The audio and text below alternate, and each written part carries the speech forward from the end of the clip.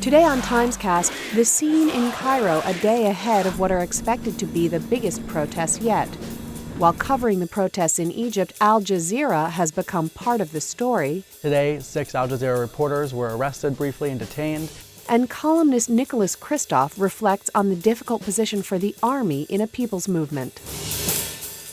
This is Anthony Shadid for the New York Times in Cairo. President Hosni Mubarak announced a shuffle of his cabinet today. He got rid of the interior minister, a figure who was loathed by many of the protesters in Liberation Square, but he kept key portfolios the same.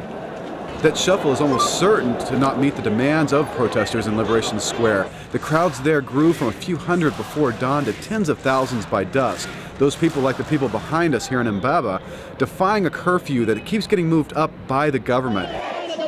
For the seventh day, the numbers were huge in Liberation Square, where there was an almost carnival atmosphere among the protesters. It was a very different scene in other parts of Cairo, where there's still a lot of anxiety, apprehension, and uncertainty about what's ahead. We've been driving around central Cairo today, and for the most part today we've seen that it's the army that's guarding major institutions, large squares, wide boulevards. In the Pyramids neighborhood, there are a number of armed personnel carriers, tanks, because there's been quite a bit of looting. Right behind me, the army has captured a man they say is an escapee from a jail. They've bound him, they've laid him down on top of the tank, and they're ready to take him away back to custody.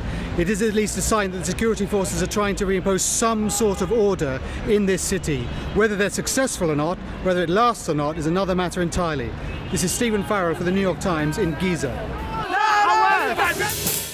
Brian Stelter looks at the role of Al Jazeera in covering the protests. As the uprising in Egypt nears its second week, a lot of people are calling this Al Jazeera's moment.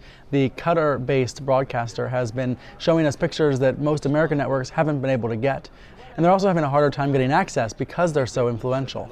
Today, 6 Al Jazeera reporters were arrested briefly and detained. They were released, but a lot of their equipment was seized. Just the latest indication of a struggle that this network's had with the Egyptian authorities to stay on the air. For many years, Al Jazeera was viewed with a lot of skepticism in the U.S. The Bush administration frequently criticized it, especially during the Iraq War. Now, Al Jazeera also has an English language channel, and a lot of people don't know it because it's very hard to access in the United States. It's Al Jazeera English. It's been on the air for a few years. Most of us can't watch it in the United States unless we watch on our computers. And Al Jazeera told me on Friday that there were 200 times the normal amount of traffic to their web stream in that primary day of protests on Friday, 3 days after the January 25th uprising. Sorry, just looking at these pictures, Shirley, it's chaos. But there are protests basically on the internet by Americans saying I should be able to watch this on TV, on Comcast or DirecTV or Time Warner Cable.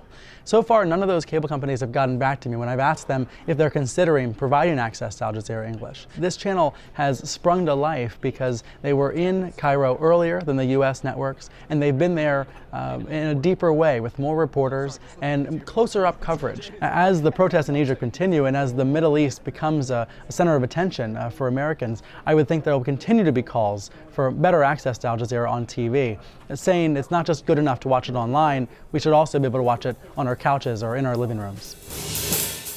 And columnist Kristof studied in Cairo in the early 1980s and has returned to his old neighborhood to take the pulse. I've been walking around Tahrir Square and the neighborhood right next to it, Bab el-Lut, where I used to live years ago, and I can't tell you how extraordinary it is to see masses of people protesting for more democracy, demanding that Mubarak step down.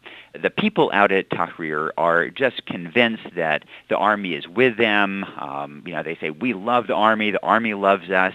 In a strange way, that reminds me a little bit of Tiananmen after martial law was declared, but before the troops actually opened fire. And at that point, they thought, wow, the troops, the People's Army will never open fire on the people. And in fact, sometimes they do. The army historically has been very, very close to Mubarak. They're all part of the same elite. But the army has also been very reluctant to crack down on people. And in fact, they essentially defied an order by Sadat to militarily put down bread riots. In this case, it feels to me as if the only way Mubarak is going to possibly be able to stay in power is if he does order a violent crackdown and if the army obeys. I think neither one is inevitable, but I fear that both are possible.